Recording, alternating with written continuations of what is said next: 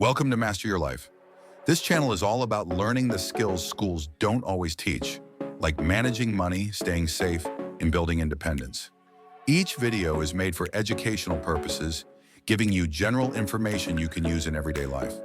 We're not here to replace professional advice, but to help you feel confident, informed, and ready to take on the real world. Let's get started. Money is powerful, but it's also something we need to protect. Let's talk about financial safety, the everyday habits that keep your money secure. First, passwords and PINs. Never share them with friends, never write them down where others can see, and always create strong ones with letters, numbers, and symbols. Treat them like the keys to your house. Second, watch out for scams. If you get a text or email asking for your bank details, don't click. Real banks will never ask you to share sensitive information through a link.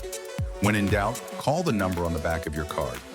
Third, always check your account regularly. If you see a transaction you don't recognize, report it immediately. Acting fast can stop fraud before it grows.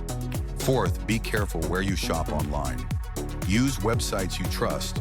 Look for the lock symbol in your browser and avoid public Wi-Fi when entering card details. And here's a habit most people forget. Log out when you finish banking online.